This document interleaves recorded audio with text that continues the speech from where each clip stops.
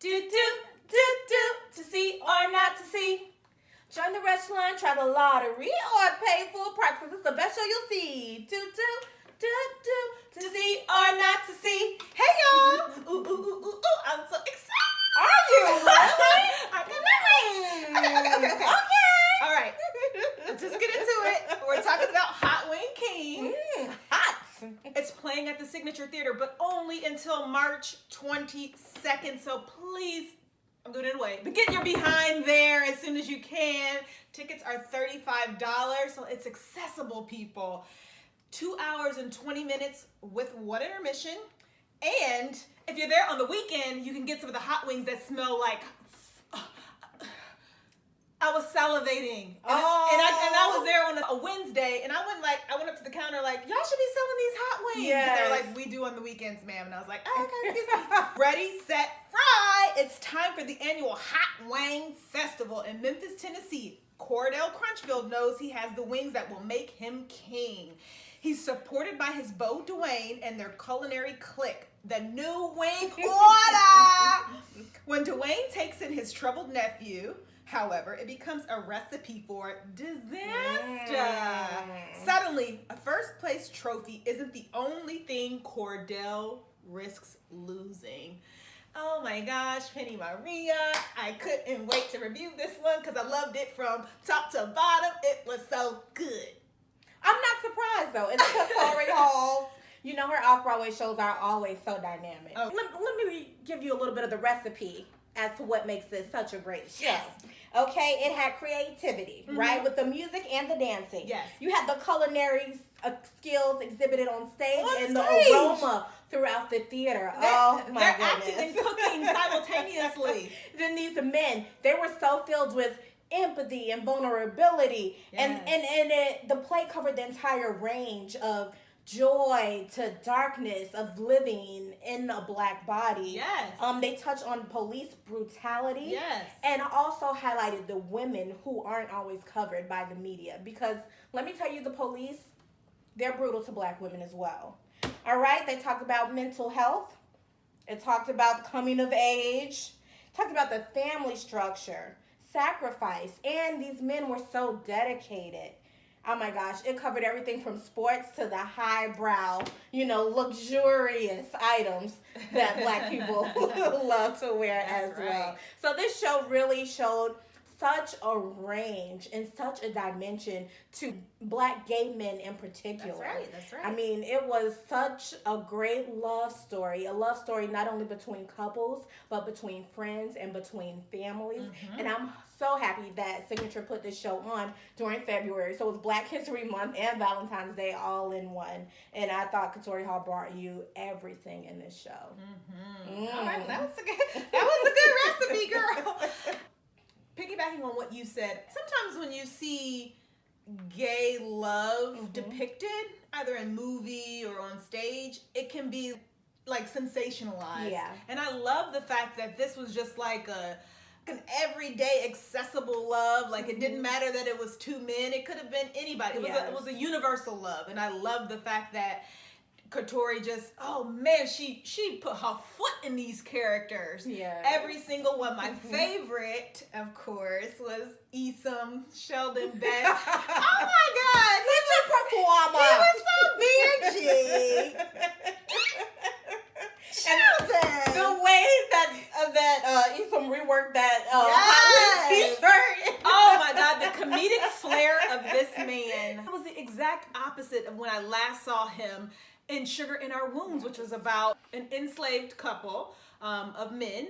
And that was like very serious with little touching moments of, levity. But oh my gosh, he was amazing and my favorite. And I gotta say, I could be a tough critic. I mean, I think they know. I don't really laugh at stuff like that. And I was in there keying and chuckling. So I loved it. Yes. So good. Yes.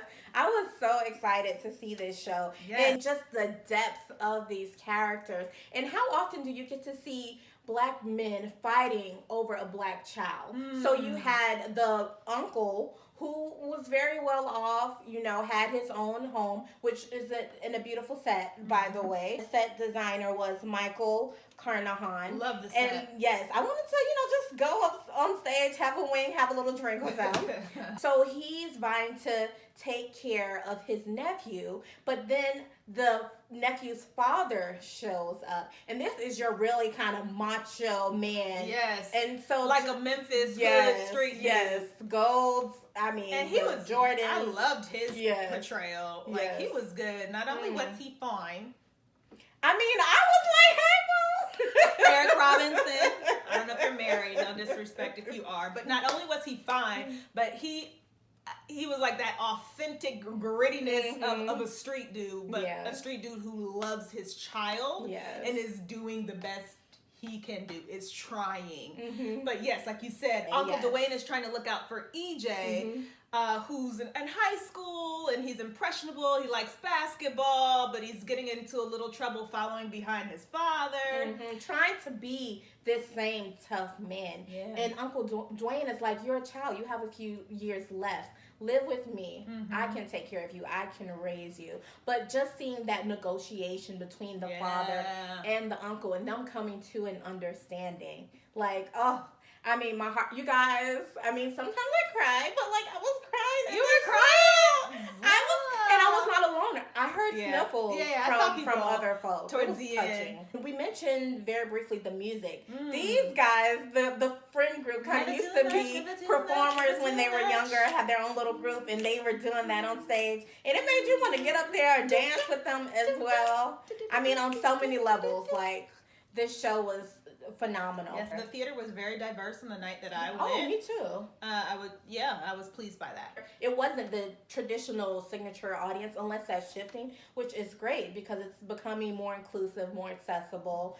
We've been seeing them try to make this shift on stage for a while, and if the audience is making that journey as well, we want you to be a part of that.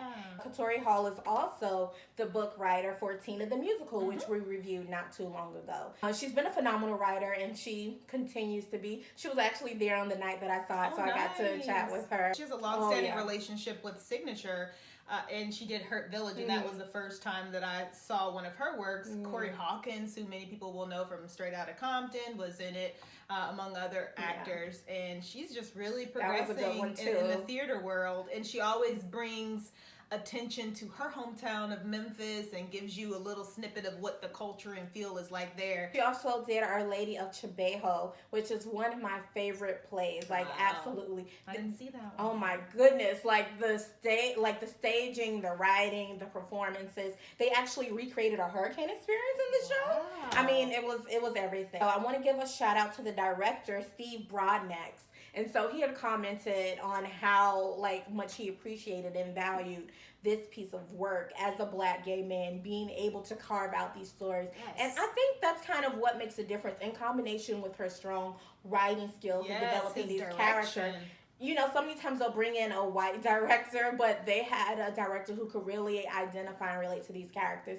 And for me, I think that made all the difference. I give it 4.75. Oh my gosh, I was just thinking that. Yes. So good. I really was just thinking that. I was like, what could be better? What could be better? And I think for me, the first act could have been a little shorter. And they didn't get to the climax.